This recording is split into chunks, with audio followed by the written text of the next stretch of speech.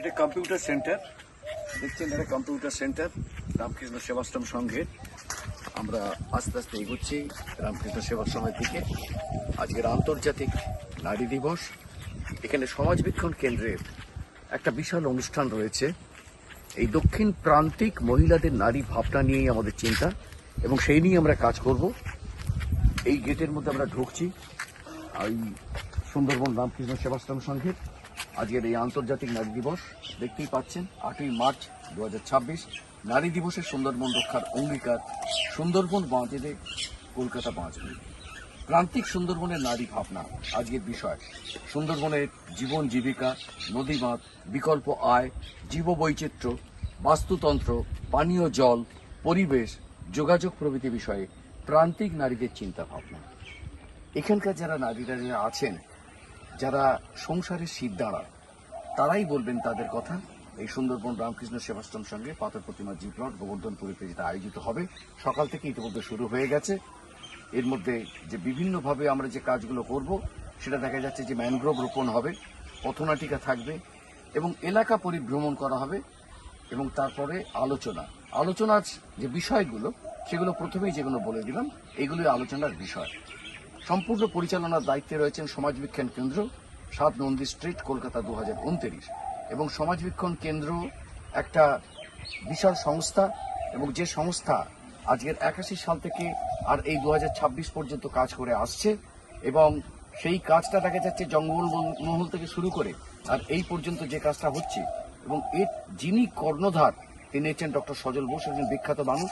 তিনি একদিকে সম্পাদক, একদিকে তিনি সাংবাদিক এবং অন্যদিকে সবচেয়ে বড় তিনি একজন বড় অথর। এবং এই ডক্টর সজল বোস এখন তার 85 বছর বয়স এবং 85 বছর বয়সেও তিনি কিন্তু উদ্বুদ্ধ করে যাচ্ছেন। সবচেয়ে বড় কথা, এই যে নন্দী স্ট্রিটের যে আমাদের যে অফিসটা, সেটা কিন্তু তিনি তার বাড়িকেই তিনি দিয়েছেন এবং ডক্টর সজল বোস তিনি নিজেই বলেছেন যে এটি হবে অফিস। এটা তো অফিস আছে, এটাই অফিস থাকবে। সুতরাং এই আন্তর্জাতিক নারী দিবসে তার নাম স্মরণ না করলে আমাদের এই অনুষ্ঠান কখনোই সম্ভব বা সার্থক হবে না বলে মনে করি। তাই সজল বোসকে মনে করব যে 85 বছর নয়, তিনি দীর্ঘায়ু হয়ে 100 বর্ষে তিনি আসুক। উনি আসলে আমাদের এই সংস্থাও থাকবে। ওনার আশীর্বাদ ধন্য, ওনার সৃষ্টি এই সমাজবীক্ষণ কেন্দ্র, যে তার বাড়িটা পর্যন্ত দিয়েছেন এবং বাড়িটা পর্যন্ত তিনি বলেছেন যে এটি হচ্ছে আমাদের কেন্দ্র হবে এবং এটি হচ্ছে অফিস থাকবে। কোনো চিন্তার কোনো কারণ নেই, তোমরা কাজ করো। সুতরাং তার সেই উদ্যোগকে, তার সেই চিন্তা ভাবনাকে, তিনি একজন সমাজবিজ্ঞানী ডক্টর সজল বোস, তার চিন্তা ভাবনাকে আমরা পাথেয় করে আজকের অনুষ্ঠান শুরু করব। আপনারা দেখুন আজকে নারী দিবসের, আন্তর্জাতিক নারী দিবসে যে একেবারে প্রান্তিক নারীদের কি ভাবনা এবং এই বিষয়, যে বিষয়গুলো সুন্দরবনের সবচেয়ে একেবারে যাকে বলে একেবারে জীবন্ত বিষয়, এই বিষয়ের বাইরে সুন্দরবন কিন্তু নেই। এই বিষয়গুলো সমাধান হয়ে গেলেই কিন্তু সুন্দরবন অনেক পরিচ্ছন্ন হয়ে যাবে। আর যে গোবর্ধনপুরে আমরা অনুষ্ঠান করছি, এই গোবর্ধনপুরে দেখা যাচ্ছে ফরেস্টের 6400 বিঘে ছিল, সে সমুদ্রে চলে গেছে। সকালে আমরা সমুদ্রের দেখেছি, হ্যাঁ, এবং 6400 বিঘের পর তারপরে বাকি আরো 6000 বিঘে চলে গেছে। এখন টিকে আছে যে 12400 বিঘে সমুদ্র গর্ভেই চলে গেছে আর 1400 বিঘের মতো জেগে আছে। এবং সেই 1400 বিঘেকে বাঁচাবার জন্যই অন্তত আমাদের ক্ষুদ্র প্রচেষ্টা, আমাদের এখানে ম্যানগ্রোভ প্ল্যান্টেশন আমাদের করতে হবে বাঁচাবার একমাত্র ওয়ে।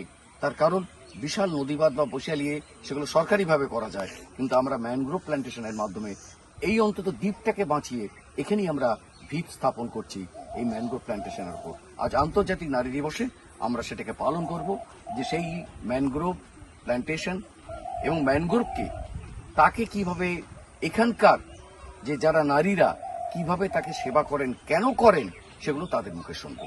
আসুন এই পর্যন্ত, এরপর আমরা অনুষ্ঠানে চলে যাব।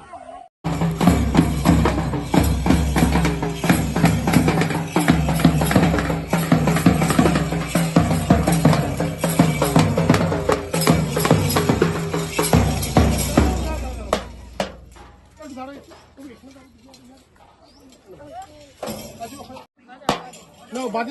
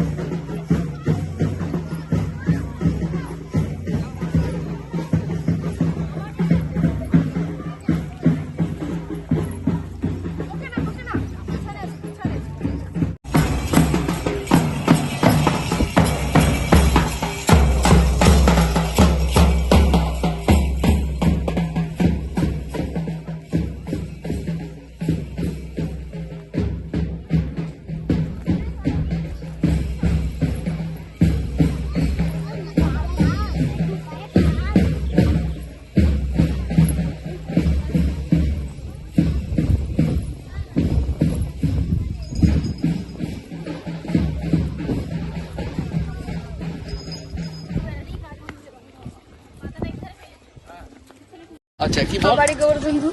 হ্যাঁ আমাদের এখানকার এলাকা হ্যাঁ খুব জলে নোনা জলে সব ঘর বাড়ি ডুবে গেছে। হ্যাঁ এইখানকার মানুষজন হ্যাঁ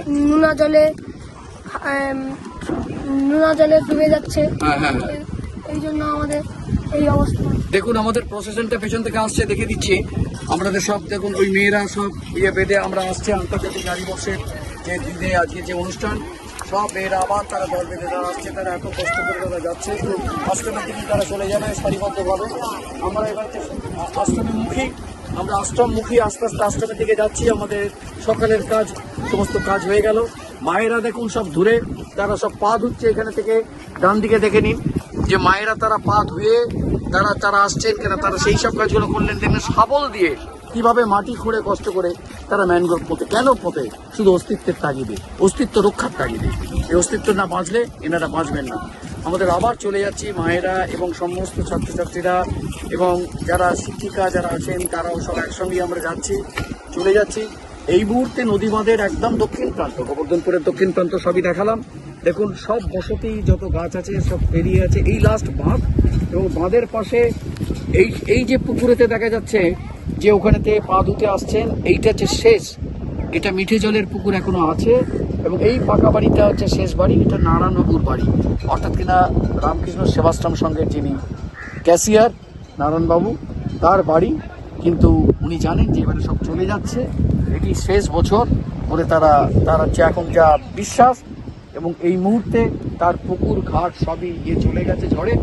এখন এই ঝড়ের অপেক্ষায়, প্রাকৃতিক দুর্যোগের অপেক্ষায়। কালকেরই নারায়ণবাবু বলেছেন যে আমাদের ভয় করছে যে এবছর প্রাকৃতিক দুর্যোগের আশা ভীষণভাবে রয়েছে। সেক্ষেত্রে আমরা সব পরিবেশটা আপনাদের দেখাচ্ছি। এদিকে বাড়ি ভেঙে গিয়ে সব হয়ে গেছে দেখুন সমস্ত কিছু। আবার পেছন দিকে আমরা দেখাচ্ছি, দেখুন ওই মাঠ থেকে আমাদের সব মেয়েরা এখনো পর্যন্ত তারা আসছে, ছাত্রছাত্রীরা আসছে। সম্পূর্ণ পরিবেশটাকে দেখে নিন। এবং এখানকার প্রাকৃতিক পরিবেশ, এই বসন্তের মধ্যে হাওয়া ফুরফুর করছে, কিন্তু প্রকৃতি থাকলে কী হবে? সবচেয়ে গিলে খাচ্ছে যে সেই সমুদ্র গিলে খেয়ে শেষ করে ফেলেছে। এই আরও গেলার আগ্রহ যেন আগ্রাসী হয়ে আসছে। সুতরাং এই গেলা রক্ষা করলে হবে না, তাই প্রয়োজন ম্যানগ্রোভ প্ল্যান্টেশন।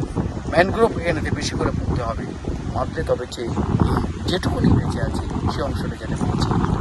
কি বলবো, হ্যাঁ প্রতি বছর নোনা জল ঢুকে মাছ ক্যাংড়া সব নষ্ট হয়ে মারা যায়। হ্যাঁ অনেক টাকা লস হয়ে যায়। বাবা মাদের কষ্ট করে খেটে মাছ ছাড়ে। আমরা পড়াশোনা খুব খেটে খাই, পড়াশোনা করে খাই। কি বলবো, এই দেখতে পাচ্ছ মাছ। বাহ, ঠিক বাহ, ভালো হচ্ছে। পর বাঁধের পর বাঁধ সব ক্ষতি করে গেছে। এদিকে সমস্ত বসতি সব জলের তলায় চলে গেছে। দেখুন কিভাবে বসতিগুলো গেছে, জল ঢুকছে কিভাবে।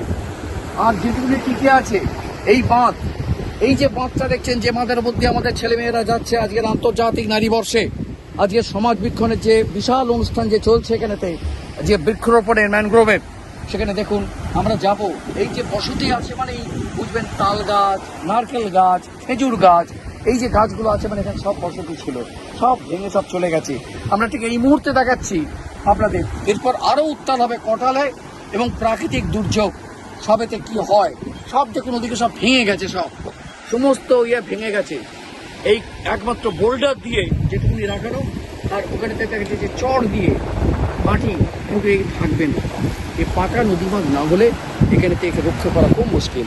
এই হচ্ছে গোবর্ধনপুরের চিত্র, সর্বসময়ের চিত্র। এবং এই চিত্র থেকে এই আতঙ্কে রক্ষা করার জন্য আমরা যতটা সম্ভব এই ম্যানগ্রোভ রোপণের জন্য আমরা যাব। চলুন আমরা ম্যানগ্রোভ রোপণ করি।